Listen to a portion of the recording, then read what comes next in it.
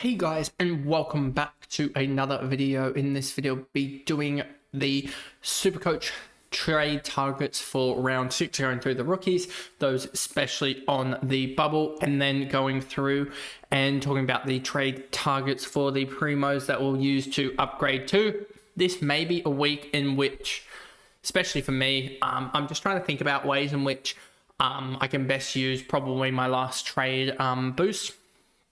I'm going to probably use it this weekend.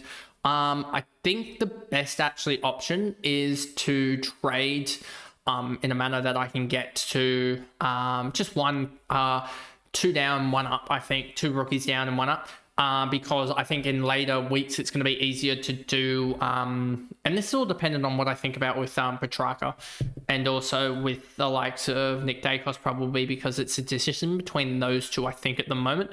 And if I can get to Petrarca next week, or if I cannot get to Petrarca next week, depending on the rookies, I'll have to just double check in terms of pricing points, etc. But anyway, let's just jump into this video. But before we do, remember to like and subscribe, turn the notification bell on so you know when I upload. If you are listening on Spotify, give me a follow and a rating over there, and let's just jump into this video, in fact. But anyway, Caden Cleary, top guy for this week for potential trade-in. Yeah, you guys should be able to see that. Minus 73 break even. He's going to hit this unless he gives away like 25 free kicks. So yeah, he will be going up in price. Most projections have him going up in price roughly, if this loads, by 50 odd K to 60K. I would see that's about roughly what he's going to go up. And then next week as well, hopefully he gets 2-3 runs at it, because if he just does say 60, which is roughly what I put small forwards and sometimes wingers at, you could see him gaining and basically doubling his price in 3 weeks. Sorry, if he does have another big game, say he has an 85 on the bubble, which would be absolutely huge, you would see him basically double his price in 2 weeks. And yeah, he could. There's potential for him to be somewhere close to like 250K, 255K after GWS in 3 more weeks' time, which is roughly when Mills comes back, which is a worrying time for him in terms of his position in the side, given that Mills coming back could just shift some other guys to small forward positions, etc., which is what Cleary plays. But he's ahead of Angus Sheldrick at least. So there's that one for you guys. So yeah, he is the big, definitely a guy that you should be considering trading him in. Gross, he's another guy that if I do two, let's just do some theoretical trades, right? Let's just do some theoretical trades. So Max Hall. Then we get this. I'll move Levi Ashcroft down. And then let's just say, for the sake of it, Henderson, right? And I go Cleary. Give me Cleary. Give me Gross. I think it is Gross. Give me Gross here. And that leaves me 579K, which is actually perfect to do this. I could go Rankin as well at this point, but Rankin has a tough matchup. But I'm pretty sure I could just do... This is something that I'm considering, just doing this. Could even just save the trade. But then again, I'd have the 3 guys in. So yeah, could go that. And I think I fall like 6K short of like DAICOS, which is quite bad. But yeah, could go Petrarca here. Then the week after, upgrade Oliver to, etc. And let's just think about this logically here. If I was to do this, then yeah, you'd have, where's Petrarca fallen? Petrarca is on the bench there. I do not want him there. So let's just do something like that there. That.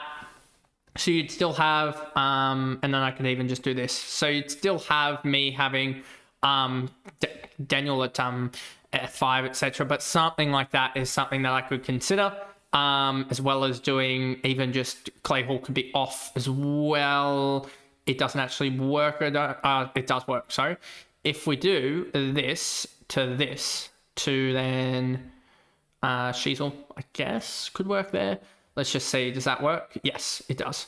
Because then I can do that and have all that there, and that would work. And then it would give me Oliver at M6, and then also Caleb Daniel F5 there, and having the 3 rookies on.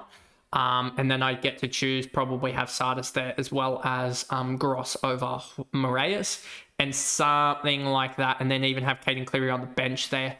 So something like that could easily be what I work with there. And suddenly you're looking at Sardis, Gross, Lindsay, the 3 rookie backline, and Ashcroft as the only rookies. And then I'd have Oliver and Robert still to upgrade there in the backline. But suddenly you'd have, what, 1, 2, 3, 1, 2, 3, 4, 5, 6, 7, 8, 9 upgrades left with 25 trades. But you'd have only 1, 2, 3, 4, 5, 6, 7 rookies left. Yeah, could be something that I look at, but we'll just see about that. But anyway, that was just sort of my little tangent there about that. But let's just go back to the players and then go back to the rookies and why I'm thinking of going the double rookie downgrade this week into Gross and Cleary, as they just look, they're both going to gain another 100, 120k or so. So you could even maybe just do a double downgrade just to really gain some massive amount of cash. And then next week, do a upgrade. That's something that I've also considered, is just getting rid of a lot of players, saving a lot of cash, saving. I know it's not necessarily doing an upgrade, but it's just getting the cash flowing again, I would say, in a way. And I'll show that in the Wednesday's team reveals. I'll show that on the SuperCoach team reveal on Wednesday.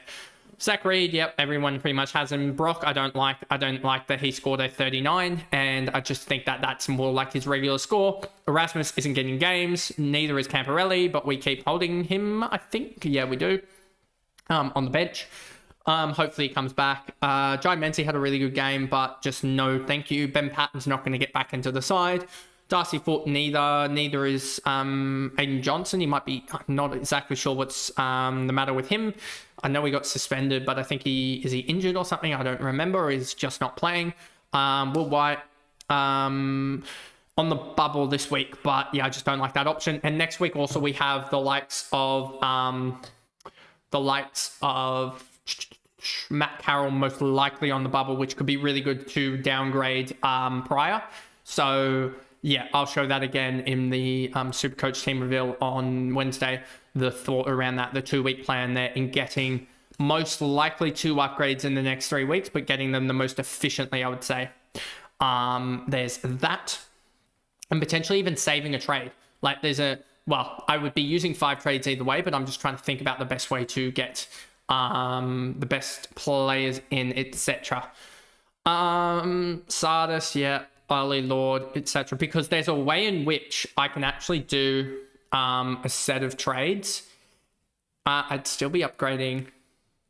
Yeah, it'll be interesting to see, because I'm just trying to think of a way in which I can get the best points on field, I guess. So yeah, I'm almost doing that whilst doing this, recording this as well. But yeah, Matt Carroll, we wait another week on, simply put, and because he's not on the bubble yet. Sam Powell-Pepper, -12 break even. So for those that have him, you still just hold him. He's going to be huge again. He's probably going to get 150k cash gen overall, which is absolutely huge. Should have started him, to be honest with you. He's averaging 65 on the year. Yes, he had a slow start, but should have seen that he was going to turn this around. After the first game, he's been outstanding, and he's got 306 in 4 games, which is an average of like 76. He's back to his best and pumping out big scores. And then that's about it. Saldal Hooley also on the bubble, but I just like Matt Carroll the week after, who's not on the sub, who's not sub risk, I don't think, or wasn't sub. I don't think, or am I wrong in saying that? Let me go to news. Let me go to, was he sub? Am I sort of glossing over something? Matt Carroll new, wasn't sub. So yeah, he wasn't sub last week. We'll see how he pulls up. I don't think. No, he wasn't. Where is he? Matt Carroll on the wing. So yeah, we'll see how he pulls up, but he was definitely an intriguing one, and is on the bubble next week, so will be probably the highly talked about player next week. Now, we get to the coach's choice, and obviously because we are recording this on the Monday, it could be slightly slanted a little bit comparative to what actually happens, but round change. Ken Cleary, obvious trade in. Tom Gross, obvious trade in. Nick DAICOS. Those were the 3 obvious ones for me if I held Henderson over trading out like a Connor Stone. I could go Caden Cleary, Tom Gross, and Nick DAICOS. Do that, and then the week after, you just upgrade, and this is why it's still in consideration for me, upgrade like a Matt Roberts to alongside a Jackson Pryor, using the 130 odd K that you're going to get from, or 150k from Pryor to Carroll, and using that 150k to upgrade Roberts to a midfielder, which could be anyone basically. So that's because I slot Sinclair back, I think. Yeah, I think so. So yeah, or just get another defender, like a Holmes. So yeah, just do that. But yeah, we'll see about that and just wait weeks on weeks until Petrarca, we start to get a consistent Petrarca. So yeah, Nick DAICOS should be the number one traded in Primo. I think I'm going to trade him in on both platforms is the general consensus this week. Holmes, understand that I'm just worried about the tag to a certain degree, so I'm waiting another couple of weeks on him. Wanganu Malera, he's been outstanding. Connor Rosie, a lot of people trading him back in. Yep, that kind of sucks. Wish I had him in the side because he's got like a 60 break even or something dumb like that. An 85 break even against the Swans, but he's going to go back up into sort of that 540k range. Brayshaw, understand it. Ash, not really. Don't think he's going to be top of the line, but he's proving me at least initially wrong. Ned Long, I think this one's chasing a score territory. I know he's averaging like 90 or something for Collingwood when he isn't the sub. If we just go here, let's just double check this. He's gone in the non-sub. He's gone 113, 57, 114. That is 170, 284. So that's a 90 odd in the non-sub role. If you say he's going to average, say 96 in the non-sub role, he gets slowly up to 450k, but he's going to have, you would expect, some spike games, some floor games, etc. But if he gets down towards that 90 range, instead of 464k at round 15, he's now 442k, and that really does struggle just for 91. And even further down to 90, he's going to take him down another 5k. So yeah, if he doesn't hit 90s regularly, if he has one bad game, it kind of kills him off. We've seen that with Merrett, we've seen it with Fraser, we've seen it with Humphreys this year, just alone. So just think about that when you're trading that in. And then you've got Gawn as well, trading people. He's trading in. I wonder who out for. We'll check that in a second. Bailey Smith as well. Understand that as well. He's been outstanding. Matt Rowell. I'm worried about Matt Rowell regressing a little bit. We've seen this every single year. He starts well and then he just flops. So we'll see if he can hold it this year. But he definitely looks a better player this year than he has in the past. McCluggett's been outstanding. And then Hewitt's getting some love as well as people going early on Matt Carroll. I don't love people going early on Matt Carroll just because in case he gets injured, then you're stuck with the 99k red dot. And you'd much rather cash gen. Davidson, yep, understand that. Henderson, understand that as well. I might hold Henderson. I've said this, I think, before as well, that he does have a 13 in his system. He looked absolutely horrific. But if he plays, he only needs 2 weeks to turn this around. I'll say this. I'll put this on the map again here.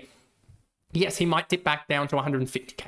That sucks. But if we look at this, 43s, he dips down 5k, then makes 800 coins, then makes 13k, 9k, 13k, 10k, 7.4, 5.4, 4.2, 3.1, and suddenly he's at 206k. You actually have someone to trade out.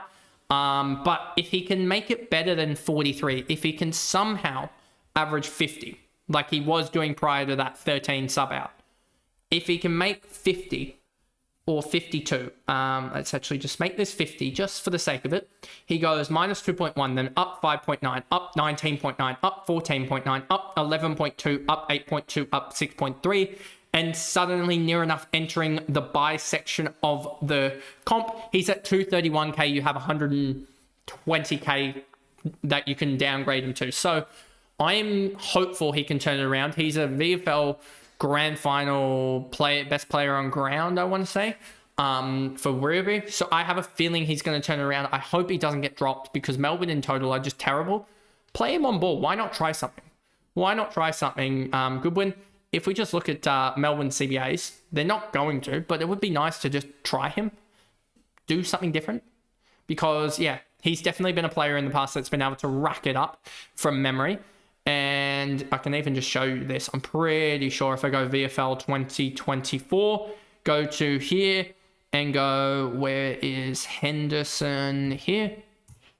Henderson averaged 95 last year in the VFL. And then the year before that, he averaged, and I know he's playing a totally different role, he averaged 100.5 the year before that. So if they play him in the midfield, just try something different, please. If he gets played somewhere and isn't the sub or isn't subbed out for like 2 or 3 weeks, he's going to turn it around, and I don't think it's going to be too bad. but I can totally understand if you're in a position unlike me where you have Henderson, etc., who's probably going to lose cash for a little bit. It's banking on him turning around. But if you're in a position like me where you can't really actually generate much from trading Henderson, then I would be holding him and hoping he can turn it around and trading someone else. And then just quickly, let's just go to coach's choice. Outs as well. Let's go here. O'Driscoll, I understand that. Koenig, Callahan, yep. Oliver is someone that I flirted with, but in the long run, I think I should hold him for another 2-3 weeks and wait a little bit. Because he might be a guy that can turn it around. He's getting those 100 enough scores in fantasy and 110s in fantasy. If you can turn that around and be 110 in Supercoach and just align his scoring, then he'll be fine. So hoping long run he can turn that around a little bit, have more faith in him. And yeah, I understand pretty much all of these trade outs as well, just because their cash gen is stalled. Like I said with Connor O'Sullivan, cash gen is stalled there. We knew that was going to happen, the risk with Connor O'Sullivan, and that's why I don't say trading guys that are 260, 270k, because the risk is that they fall. A Connor O'Sullivan, Bailey Humphries, Ryan Merrett as well, I think is a guy that's stalled in his cash generation, even though he's gone sort of, he's actually not. He's going to go up 15k again or so, 20k again, but he's not really stalled exactly. He's gone up 40, 42, 54, 45, so he's done pretty well, but not outstandingly well. The last three he's averaged, what's that, 207, 287, 295, so he's averaged like 95 in the last three, but you take out that Freo game and he's going to start to stall, I think, in the next couple of weeks if he averages 85. Let's just see, 15, 10, 8, so yep, he's going to probably end up around that 420k range, near enough to buy, and then you can trade him out. So he's been all right, but you're just waiting. I wouldn't be obviously trading him in at this point. But anyway, that is the video there for the trade targets and all of the recordings for all of them up to Wednesday morning, Wednesday afternoon you'll see, or Wednesday evening, sorry, you'll see the team reveals for that, and then on Thursday you'll have the predictions video for the round of games upcoming. But I guess I will see you guys in those videos on Wednesday. Bye guys.